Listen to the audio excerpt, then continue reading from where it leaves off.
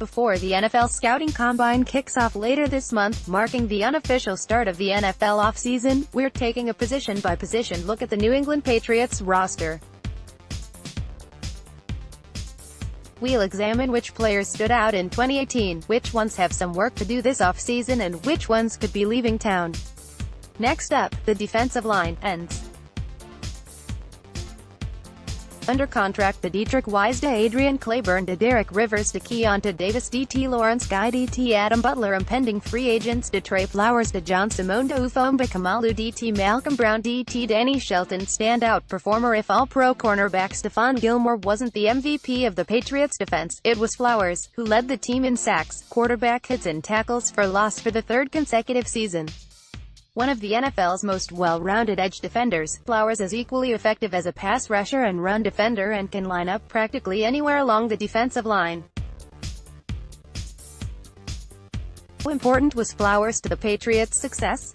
Two of their worst defensive performances of the season, Week 2 at Jacksonville and Week 3 at Detroit, came while he was sidelined with a concussion. Guy, Butler and Simon also impressed this season in their respective roles. Needs improvement: Shelton and Clayborn were two of the Patriots' higher-profile off-season additions, and both were benched for multiple games late in the season. Finding reliable edge rushers behind Flowers again was an issue for New England, as Wise failed to take a significant step forward in his second season, and Rivers and Davis both sat out the majority of the year as healthy scratches. Clayborn had his moments, but New England's most effective pass rushers outside of Flowers were linebackers Kyle Van Noy and Doan to Hightower.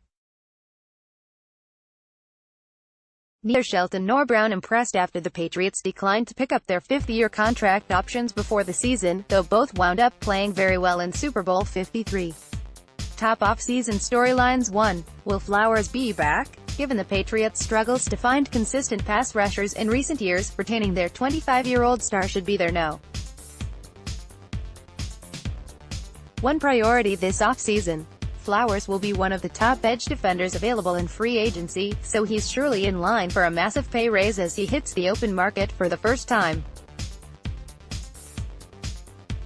There's one factor working in New England's favor, however. Though his talents are highly regarded in NFL circles, Flowers never has posted gaudy sack numbers. He was tied for 34th in the league this season with a career-high 7.5 takedowns, which might make the new contract he eventually signs a tad more affordable. On the surface, Flowers seems more likely to re-sign than the Patriots' other marquee free agent, left tackle Trent Brown, who appears poised to cash in elsewhere after a very strong first season in New England. 2. Will Clayborn be cut? The Patriots can save nearly $4 million in salary cap space by parting ways with the 30-year-old, who was a healthy scratch for the final 2 games of the regular season. 3.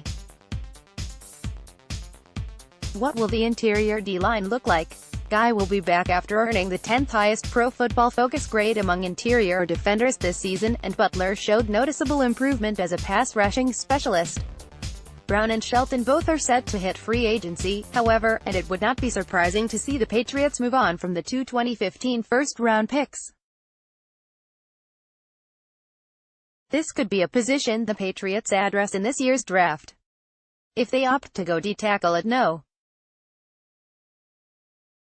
32, as they did with Brown 4 years ago. One potential target to keep in mind is Clemson's Christian Wilkins, a Springfield, Massachusetts native who wrapped up his college career with a dominant performance against Alabama in the national title game.